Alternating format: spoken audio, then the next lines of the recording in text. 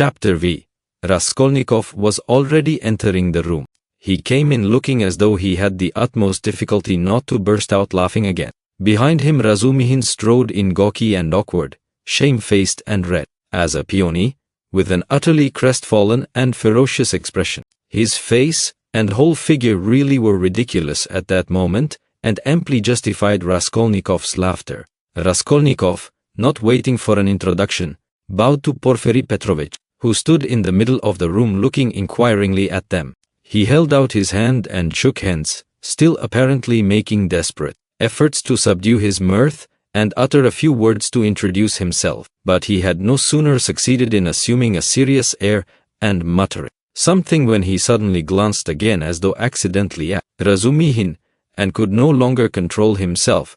His stifled laughter broke out the more irresistibly the more he tried to restrain it.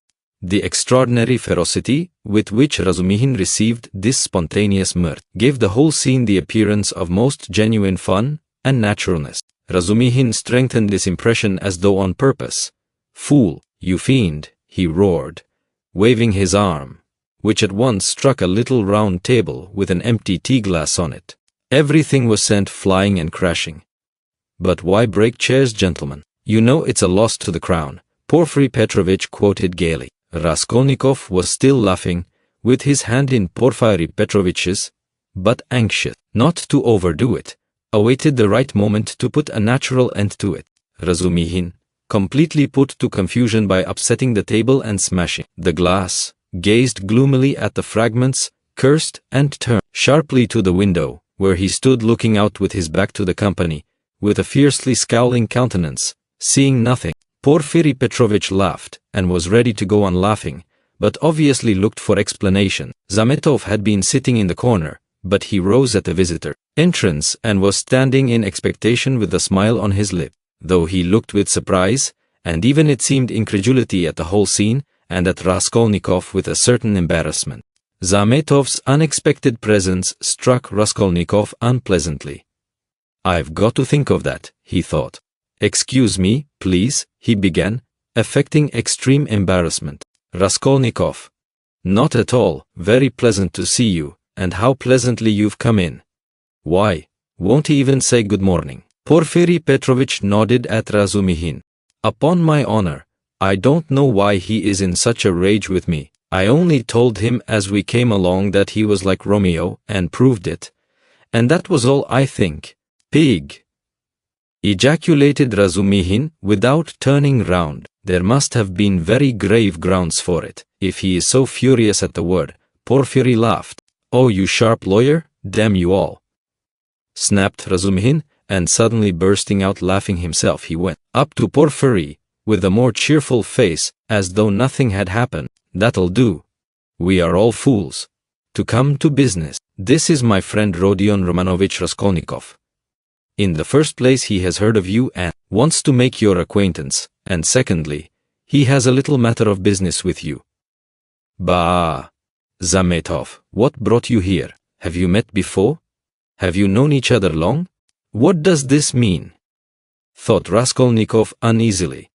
Zametov seemed taken aback, but not very much so. "Why, it was at your rooms we met yesterday," he said easily. "Then I have been spared the trouble. All last week he was begging me to introduce him to you, Porfiry, and you have sniffed each other out without me. Where is your tobacco?"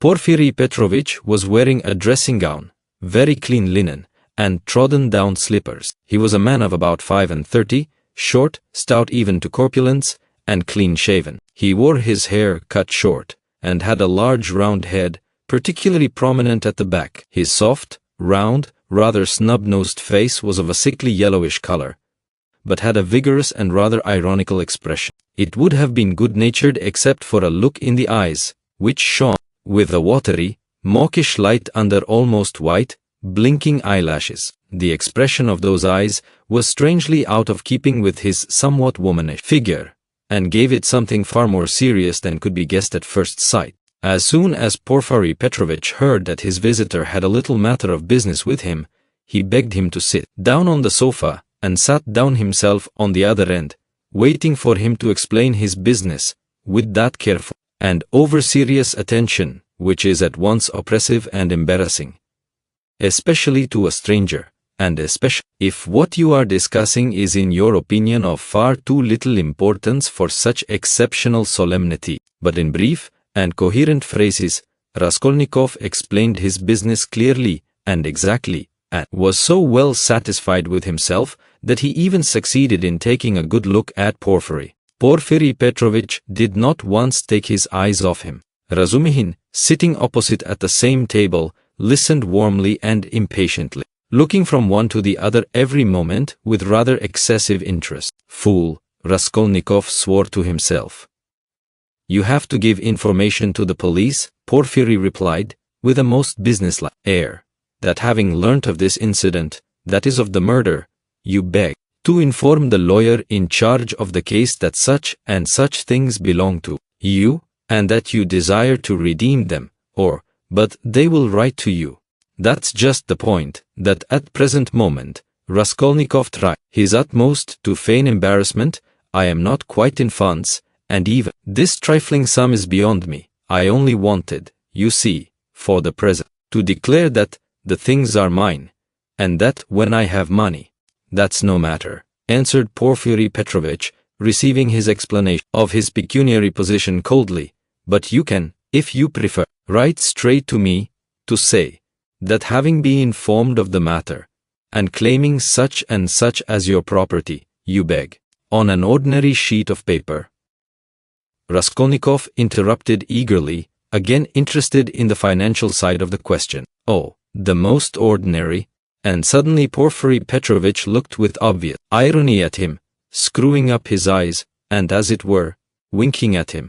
But perhaps it was Raskolnikov's fancy, for it all lasted but a moment. There was certainly something of the sort. Raskolnikov could have sworn he winked at him. Goodness knows why. He knows, flashed through his mind like lightning. Forgive my troubling you about such trifles, he went on, a little disconcerted. The things are only worth 5 rubles, but I prize them particularly for the sake of those from whom they came to me. And I must confess that I was alarmed when I heard. That's why you were so much struck when I mentioned to Zosimov that Porfiry was inquiring for everyone who had pledges. Razumihin put in with obvious intention. This was really unbearable. Raskolnikov could not help glancing at him with a flash of vindictive anger in his black eyes, but immediately recollected himself. You seem to be jeering at me, brother? He said to him, with a well-feigned irritability. I dare say I do seem to you absurdly anxious about such trash. But you mustn't think me selfish or grasping for that. And these 2 things may be anything but trash in my eyes. I told you just now that the silver watch, though it's not worth a cent, is the only thing left us of my father's. You may laugh at me, but my mother is here. He turned suddenly to Porfiry, and if she knew, he turned again hurriedly to Razumihin, carefully making his voice tremble, that the watch was lost, she would be in despair. You know what women are. Not a bit of it. I didn't mean that at all. Quite the contrary, shouted Razumihin, distressed. Was it right? Was it natural? Did I overdo it? Raskolnikov asked himself in a tremor. Why did I say that about women? Oh, your mother is with you? Porfiry Petrovitch inquired. Yes. When did she come? Last night. Porfiry paused, as though reflecting. Your things would not in any case be lost, he went on calmly and coldly. I have been expecting you here for some time. And as though that was a matter of no importance, he carefully offered the ash tray to Razumihin, who was ruthlessly scattering cigarette ash over the carpet. Raskolnikov shuddered, but Porfiry did not seem to be looking at him, and was still concerned with Razumihin's cigarette. What? Expecting him? Why did you know that he had pledges there? Cried Razumihin. Porfiry Petrovitch addressed himself to Raskolnikov. Your things, the ring and the watch, were wrapped up together, and on the paper your name was legibly written in pencil, together with the date on which you left them with her? How observant you are! Raskolnikov smiled awkwardly, doing his very utmost to look him straight in the face, but he failed, and suddenly added, I say that because I suppose there were a great many pledges, that it must be difficult to remember them all. But you remember them all so clearly, and Stupid, feeble. He thought, why did I add that? But we know all who had pledges, and you are the only one who hasn't come forward, Porphyry answered with hardly perceptible irony. I haven't been quite well. I heard that too. I heard indeed that you were in great distress about something. You look pale still. I am not pale at all. No, I am quite well.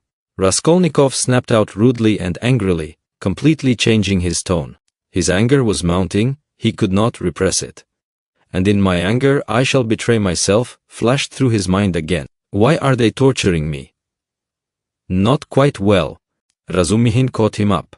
What next? He was unconscious and delirious all yesterday. Would you believe, Porphyry, as soon as our backs were turned, he dressed, though he could hardly stand, and gave us the slip and went off on a spree somewhere till midnight? Delirious all the time. Would you believe it? Extraordinary. Really delirious? You don't say so. Porphyry shook his head in a womanish way. Nonsense. Don't you believe it? But you don't believe it anyway. Raskolnikov let slip in his anger, but Porphyry Petrovitch did not seem to catch those strange words. But how could you have gone out if you hadn't been delirious? Razumihin got hot suddenly. What did you go out for? What was the object of it, and why on the sly? Were you in your senses when you did it? Now that all danger is over I can speak plainly. I was awfully sick of them yesterday. Raskolnikov addressed Porphyry suddenly with a smile of insolent defiance. I ran away from them to take lodgings where they wouldn't find me, and took a lot of money with me. Mr. Zametov there saw it. I say, Mr. Zametov, was I sensible or delirious yesterday? Settle our dispute. He could have strangled Zametov at that moment, so hateful were his expression and his silence to him. In my opinion you talked sensibly and even artfully. But you were extremely irritable, Zametov pronounced dryly. And Nikodim Fomitch was telling me today, put in Porphyry Petrovitch, that he met you very late last night in the lodging of a man who had been run over. And there, said Razumihin. Weren't you mad then? You gave your last penny to the widow for the funeral. If you wanted to help, give 15 or 20 even, but keep 3 ruble for yourself at least. But he flung away all the 25 at once. Maybe I found a treasure somewhere, and you know nothing of it. So that's why I was liberal yesterday. Mr. Zametov knows I've found a treasure. Excuse us, please, for disturbing you for half an hour with such triviality, he said, turning to Porphyry Petrovitch, with trembling lips. We are boring you, aren't we? Oh no, quite the contrary, quite the contrary. If only you knew how you interest me. It's interesting to look on and listen, and I am really glad you have come forward at last. But you might give us some tea.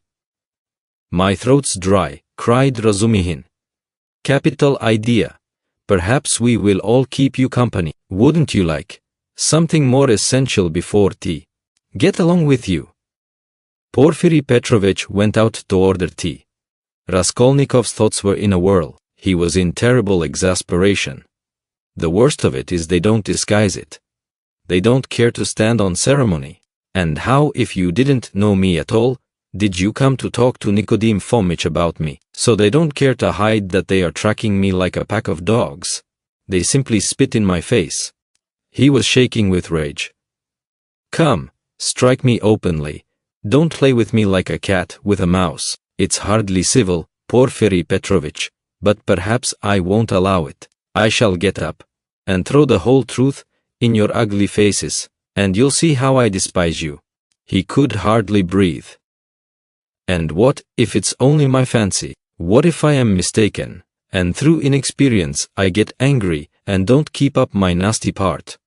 Perhaps it's all unintentional. All their phrases are the usual ones, but there is something about them. It all might be said, but there is something. Why did he say bluntly, with her? Why did Zametov add that I spoke artfully? Why do they speak in that tone? Yes, the tone. Razumihin is sitting here. Why does he see nothing? That innocent blockhead never does see anything. Feverish again. Did Porphyry wink at me just now? Of course it's nonsense. What could he wink for? Are they trying to upset my nerves, or are they teasing me? Either it's ill fancy, or they know. Even Zametov is rude. Is Zametov rude? Zametov has changed his mind. I foresaw he would change his mind. He is at home here, while it's my first visit. Porfiry does not consider him a visitor. Sits with his back to him. They're as thick as thieves, no doubt, over me. Not a doubt, they were talking about me. Before we came. Do they know about the flat? If only they'd make haste. When I said that I ran away to take a flat, he let it pass. I put that in cleverly about a flat. It may be of use afterwards. Delirious, indeed, ha ha ha. He knows all about last night. He didn't know of my mother's arrival. The hag had written the date on in pencil. You are wrong, you won't catch me. There are no facts, it's all supposition. You produce facts. The flat even isn't a fact but delirium. I know what to say to them.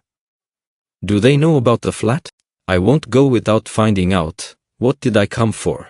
But my being angry now, maybe is a fact. Fool, how irritable I am. Perhaps that's right, to play the invalid. He is feeling me. He will try to catch me. Why did I come? All this flashed like lightning through his mind. Porfiry Petrovich returned quickly. He became suddenly more jovial. Your party yesterday, brother, has left my head rather, and I am out of sorts altogether. He began in quite a different tone, laughing to Razumihin. Was it interesting? I left you yesterday at the most interesting point. Who got the best of it? Oh, no one, of course. They got on to everlasting questions, floated off into space. Only fancy, Rodya, what we got on to yesterday. Whether there is such a thing as crime. I told you that we talked our heads off. What is there strange? It's an everyday social question, Raskolnikov answered casually. The question wasn't put quite like that, observed Porfiry. Not quite, that's true, Razumihin agreed at once, getting warm and hurried as usual. Listen, Rodion, and tell us your opinion, I want to hear it. I was fighting tooth and nail with them, and wanted you to help me. I told them you were coming. It began with the socialist doctrine. You know their doctrine. Crime is a protest against the abnormality of the social organization and nothing more, and nothing more. No other cause is admitted. You are wrong there, cried Porfiry Petrovich. He was noticeably animated and kept laughing as he looked at Razumihin, which made him more excited than ever. Nothing is admitted, Razumihin interrupted with heat. I am not wrong. I'll show you their pamphlets. Everything with them is the influence of environment, and nothing else. Their favorite phrase, from which it follows that, if society is normally organized, all crime will cease at once, sin. There will be nothing to protest against, and all men will become righteous in one instant. Human nature is not taken into account, it is excluded, it's not supposed to exist. They don't recognize that humanity, developing by a historical living process, will become at last a normal society. But they believe that a social system that has come out of some mathematical brain is going to organize all humanity at once, and make it just and sinless in an instant, quicker than any living process. That's why they instinctively dislike history. Nothing but ugliness and stupidity in it, and they explain it all as stupidity. That's why they so dislike the living process of life. They don't want a living soul. The living soul demands life. The soul won't obey the rules of mechanics. The soul is an object of suspicion. The soul is retrograde. But what they want, though, it smells of death, and can be made of India rubber, at least is not alive, has no will, is servile and won't revolt. And it comes in the end to their reducing everything to the build of walls and the planning of rooms and passages in a phalanstery. The phalanstery is ready, indeed, but your human nature is not ready for the phalanstery. It wants life, it hasn't completed its vital process, it's too soon for the graveyard. You can't skip over nature by logic.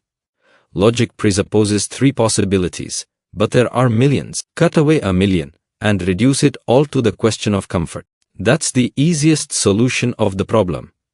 It's seductively clear, and you mustn't think about it. That's the great thing, you mustn't think. The whole secret of life in 2 pages of print. Now he is off, beating the drum. Catch hold of him, do, laughed Porfiry. Can you imagine, He turned to Raskolnikov. 6 people holding forth, like that last night, in one room, with punch as a preliminary. No, brother, you are wrong. Environment accounts for a great deal in crime. I can assure you of that. Oh, I know it does, but just tell me.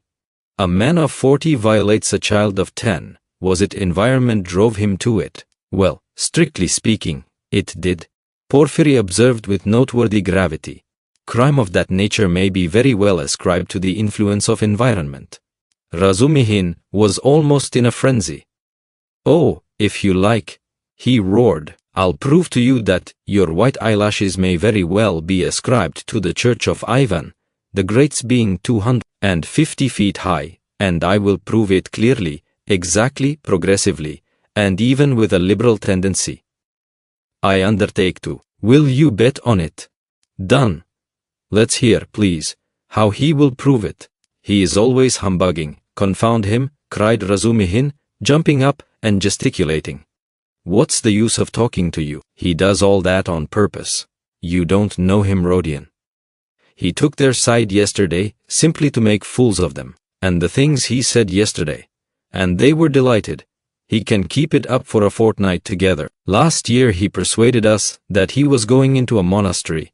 He stuck to it for 2 months. Not long ago he took it into his head to declare he was going to get married, that he had everything ready for the wedding. He ordered new clothes indeed.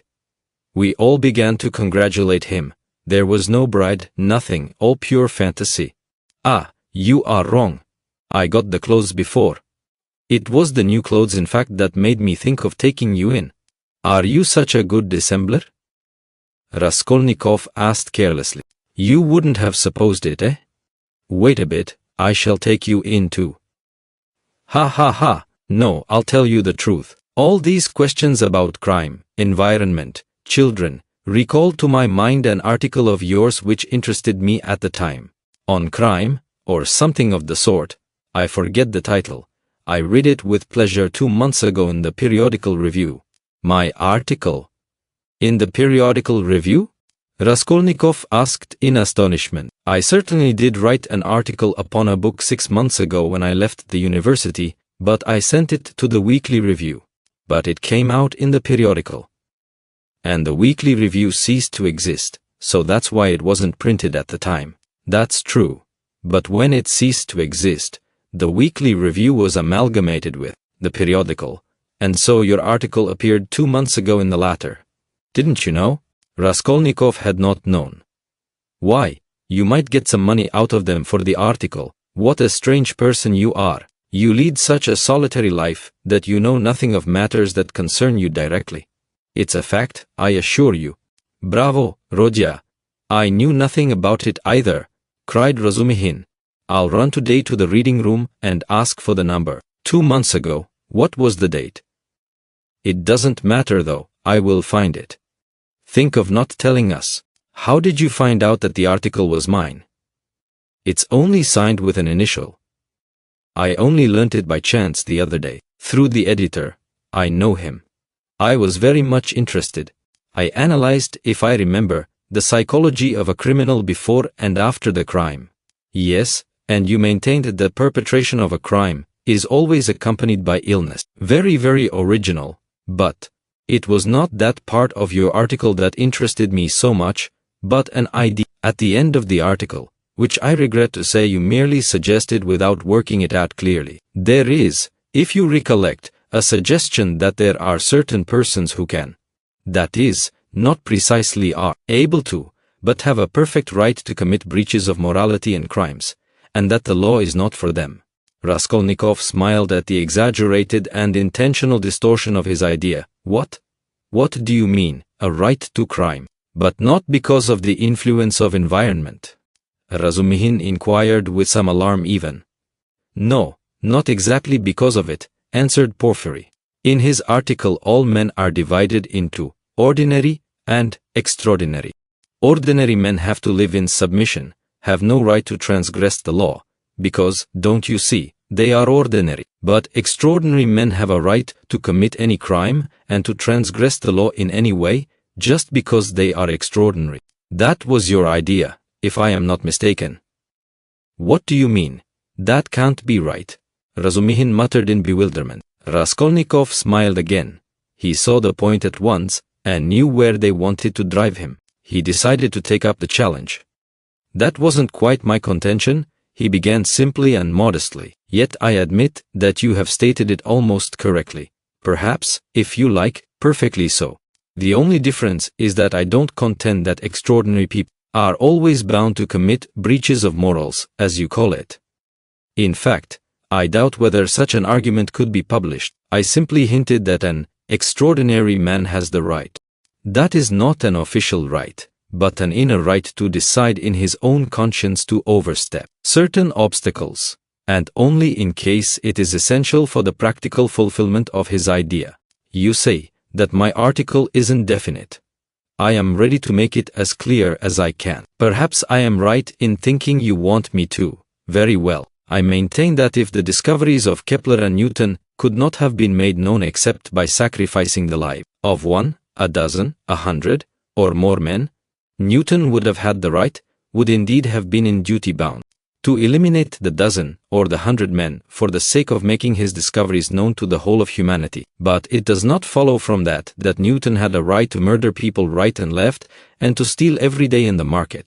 Then, I maintain in my article that all, legislators and leaders of men, such as Lycurgus, Solon, Mahomet, Napoleon, and so on, were all without exception criminals, from the very fact that, making a new law, they transgressed the ancient one, handed down from their ancestors and held sacred by the people, and they did not stop short at bloodshed either, if that bloodshed often of innocent persons fighting bravely in defense of ancient law were of use to their cause.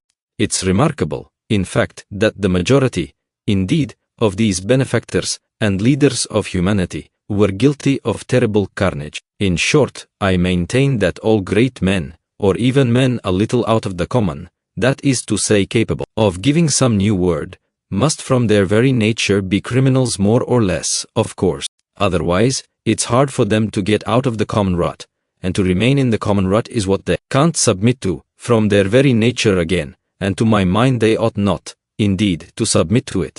You see that there is nothing particularly new in all that. The same thing has been printed and read 1,000 times before. As for my division of people into ordinary and extraordinary, I acknowledge that it's somewhat arbitrary, but I don't insist upon exact numbers. I only believe in my leading idea that men are in general divided by a law of nature into two categories: inferior, that is, so to say, material that serves only to reproduce its kind, and men who have the gift, or the talent, to utter a new word. There are of course innumerable subdivisions, but the distinguishing features of both categories are fairly well marked. The first category, generally speaking, are men conservative in temperament and law-abiding. They live under control and love to be controlled. To my thinking it is their duty to be controlled, because that's their vocation, and there is nothing humiliating in it for them. The second category all transgress the law. They are destroyers or disposed to destruction according to their capacities. The crimes of these men are of course relative and varied. For the most part they seek in very varied ways the destruction of the present for the sake of the better. But if such a one is forced for the sake of his idea to step over a corpse or wade through blood, he can, I maintain, find within himself, in his conscience, a sanction for wading through blood that depends on the idea and its dimensions. Note that it's only in that sense I speak of their right to crime in my article. There's no need for such anxiety, however. The masses will scarcely ever admit this right. They punish them or hang them, and in doing so fulfill quite justly their conservative vocation. But the same masses set these criminals on a pedestal in the next generation and worship them. The first category is always the man of the present, the second the man of the future. The first preserve the world and people it, the second move the world and lead it to its goal. Each class has an equal right to exist. In fact, all have equal rights with me, and vive la guerre éternelle, till the New Jerusalem. Of course. Then you believe in the New Jerusalem, do you? I do, Raskolnikov answered firmly. As he said these words and during the whole preceding tirade, He kept his eyes on one spot on the carpet. And do you believe in God? Excuse my curiosity. I do, repeated Raskolnikov, raising his eyes to Porfiry. And do you believe in Lazarus's rising from the dead? I do. Why do you ask all this? You believe it literally? Literally. You don't say so. I asked from curiosity. Excuse me, but let us go back to the question. They are not always executed. Some, on the contrary, triumph in their lifetime. Oh yes, some attain their ends in this life, and then they begin executing other people. If it's necessary. Indeed, for the most part they do. Your remark is very witty. Thank you. But tell me this. How do you distinguish those extraordinary people from the ordinary ones? Are there signs at their birth? I feel there ought to be more exactitude, more external definition. Excuse the natural anxiety of a practical law-abiding citizen, but couldn't they adopt a special uniform, for instance? Couldn't they wear something, be branded in some way? For, if confusion arises, and a member of one category imagines that he belongs to the other, begins to eliminate obstacles as you so happily expressed it, then, oh, that very often happens. That remark is wittier than the other. Thank you. No reason to. But take note that the mistake can only arise in the first category, that is among the ordinary people. In spite of their predisposition to obedience, very many of them, through a playfulness of nature, sometimes vouchsafed even to the cow, like to imagine themselves advanced people, destroyers, and to push themselves into the new movement, and this quite sincerely. Meanwhile, the really new people are very often unobserved by them, or even despised as reactionaries of groveling tendencies. But I don't think there is any considerable danger here, and you really need not be uneasy, for they never go very far. Of course, they might have a thrashing sometimes for letting their fancy run away with them and to teach them their place, but no more.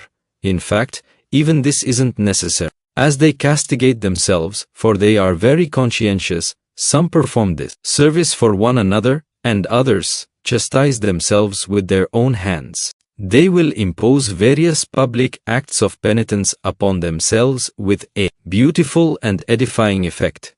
In fact, you've nothing to be uneasy about. It's a law of nature. Well, you have certainly set my mind more at rest on that score. But there's another thing worries me. Tell me, please, are there many people who have the right to kill others? These extraordinary people, I am ready to bow down to them, of course. But you must admit it's alarming if there are a great many of them, eh? Oh, you needn't worry about that either. Raskolnikov went on in the same tone. People with new ideas, people with the faintest capacity for saying something new, are extremely few in number, extraordinarily so in fact. One thing only is clear, that the appearance of all these grades and subdivisions of men must follow with unfailing regularity some law of nature. That law, of course, is unknown at present, but I am convinced that it exists and one day may become known. The vast mass of mankind is mere material, and only exists in order by some great effort, by some mysterious process, by means of some crossing of races and stocks, to bring into the world at last perhaps one man out of 1,000 with a spark of independence. 1 in 10,000 perhaps, I speak roughly, approximately, is born with some independence, and with still greater independence 1 in 100,000. The man of genius is one of millions, and the great geniuses, the crown of humanity, appear on earth perhaps 1 in many thousand millions. In fact, I have not peeped into the retort in which all this takes place, but there certainly is, and must be, a definite law. It cannot be a matter of chance. Why, are you both joking? Razumihin cried at last. There you sit, making fun of one another. Are you serious, Rodya? Raskolnikov raised his pale and almost mournful face and made no reply, and the unconcealed, persistent, nervous and discourteous sarcasm of Porfiry seemed strange to Razumihin beside that quiet and mournful face. Well, brother, if you are really serious, you are right, of course, in saying that it's not new, that it's like what we've read and heard 1,000 times already. But what is really original in all this, and is exclusively your own, to my horror, is that you sanction bloodshed in the name of conscience, and, Excuse my saying so, with such fanaticism. That, I take it, is the point of your article. But that sanction of bloodshed by conscience is to my mind more terrible than the official, legal sanction of bloodshed. You are quite right, it is more terrible, Porphyry agreed. Yes, you must have exaggerated. There is some mistake, I shall read it. You can't think that. I shall read it. All that is not in the article, there's only a hint of it, said Raskolnikov. Yes, yes. Porphyry couldn't sit still. Your attitude to crime is pretty clear to me now, but, excuse me for my impertinence, you see, you've removed my anxiety as to the two grades getting mixed, but there are various practical possibilities that make me uneasy. What if some man or youth imagines that he is a Lycurgus or Mahomet, future one of course, and suppose he begins to remove all obstacles. He has some great enterprise before him and needs money for it and tries to get it. Do you see? Zametov gave a sudden guffaw in his corner. Raskolnikov did not even raise his eyes to him. I must admit, he went on calmly, that such cases certainly must arise. The vain and foolish are particularly apt to fall into that snare.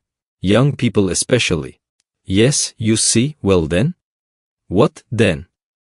Raskolnikov smiled in reply. That's not my fault. So it is, and so it always will be. He said just now that I sanction bloodshed. Society is too well protected by prisons, banishment, criminal investigators, penal servitude. There's no need to be uneasy. You have but to catch the thief. And what if we do catch him? Then he gets what he deserves. You are certainly logical. But what of his conscience? Why do you care about that? Simply from humanity. If he has a conscience, he will suffer for his mistake. That will be his punishment as well as the prison. But the real geniuses, asked Razumihin frowning, those who have the right to murder, oughtn't they to suffer at all, even for the blood they've shed? Why the word ought? It's not a matter of permission or prohibition. He will suffer if he is sorry for his victim. Pain and suffering are always inevitable for a large intelligence and a deep heart. The really great men must, I think, have great sadness on earth, he added dreamily, not in the tone of the conversation. He raised his eyes, looked earnestly at them all, smiled, and took his cap. He was too quiet by comparison with his manner at his entrance, and he felt this. Everyone got up. Well, you may abuse me, be angry with me, if you like, Porphyry Petrovitch began again, but I can't resist. Allow me one little question. There is just one little notion I want to express, simply that I may not forget it. Very good, tell me your little notion. Raskolnikov stood waiting, pale and grave before him. Well, you see, I really don't know how to express it properly. It's a playful, psychological idea. When you were writing your article, surely you couldn't have helped, fancying yourself, just a little, an extraordinary man. Uttering a new word in your sense. That's so, isn't it? Quite possibly, Raskolnikov answered contemptuously. Razumihin made a movement. And, if so, could you bring yourself in case of worldly difficulties and hardship, or for some service to humanity to overstep obstacles? For instance, to rob and murder? And again he winked with his left eye, and laughed noiselessly just as before. If I did, I certainly should not tell you, Raskolnikov answered with defiant and haughty contempt. No, I was only interested on account of your article, from a literary point of view. Phoo, how obvious and insolent that is. Raskolnikov thought with repulsion. Allow me to observe, he answered dryly, that I don't consider myself a Mahomet or a Napoleon, nor any personage of that kind, and not being one of them I cannot tell you how I should act. Oh, come, don't we all think ourselves Napoleons now in Russia? Porphyry Petrovitch said with alarming familiarity. Something peculiar betrayed itself in the very intonation of his voice. Perhaps it was one of these future Napoleons who did for Alyona Ivanovna last week? Zametov blurted out from the corner. Raskolnikov did not speak, but looked firmly and intently at Porphyry. Razumihin was scowling gloomily. He seemed before this to be noticing something. He looked angrily around. There was a minute of gloomy silence. Raskolnikov turned to go. Are you going already? Porfiry said amiably, holding out his hand with excessive politeness. Very, very glad of your acquaintance. As for your request, have no uneasiness. Write, just as I told you, or, bet still, come to me there yourself in a day or two. Tomorrow, indeed. I shall be there at 11 o'clock for certain. We'll arrange it all. We'll have a talk. As one of the last to be there, you might perhaps be able to tell us something, he added with a most good-natured expression. You want to cross-examine me officially in due form? Raskolnikov asked sharply. Oh, why? That's not necessary for the present. You misunderstand me. I lose no opportunity, you see, and I've talked with all who had pledges. I obtained evidence from some of them, and you are the last. Yes, by the way, he cried, seemingly suddenly delighted. I just remember. What was I thinking of? He turned to Razumihin. You were talking my ears off about that Nikolay. Of course, I know. Know very well, he turned to Raskolnikov, that the fellow is innocent, but what is one to do? We had to trouble Dmitri too. This is the point, this is all. When you went up the stairs it was past 7, wasn't it? Yes, answered Raskolnikov, with an unpleasant sensation at the very moment he spoke that he need not have said it. Then, when you went upstairs between 7 and 8, didn't you see in a flat that stood open on a second story, do you remember? 2 workmen, or at least one of them. They were painting there, didn't you notice them? It's very, very important for them. Painters? No, I didn't see them, Raskolnikov answered slowly, as though ransacking his memory, while at the same instant he was racking every nerve, almost swooning with anxiety to conjecture as quickly as possible where the trap lay and not to overlook anything. No, I didn't see them, and I don't think I noticed a flat like that open. But, on the 4th story, I remember now that someone was moving out of the flat opposite Alyona Ivanovna's. I remember it clearly. Some porters were carrying out a sofa, and they squeezed me against the wall. But painters? No, I don't remember that there were any painters. I don't think that there was a flat open anywhere. No, there wasn't. What do you mean? Razumihin shouted suddenly, as though he had reflected and realized. Why, it was on the day of the murder, the painters were at work, and he was there 3 days before. What are you asking? Phoo, I have muddled it. Porfiry slapped himself on the forehead. Deuce take it, this business is turning my brain. He addressed Raskolnikov somewhat apologetically. It would be such a great thing for us to find out whether anyone had seen them between 7 and 8 at the flat, so I fancied you could perhaps have told us something. I quite muddled it. Then you should be more careful, Razumihin observed grimly. The last words were uttered in the passage. Porfiry Petrovitch saw them to the door with excessive politeness. They went out into the street gloomy and sullen, and for some steps they did not say a word. Raskolnikov drew a deep breath.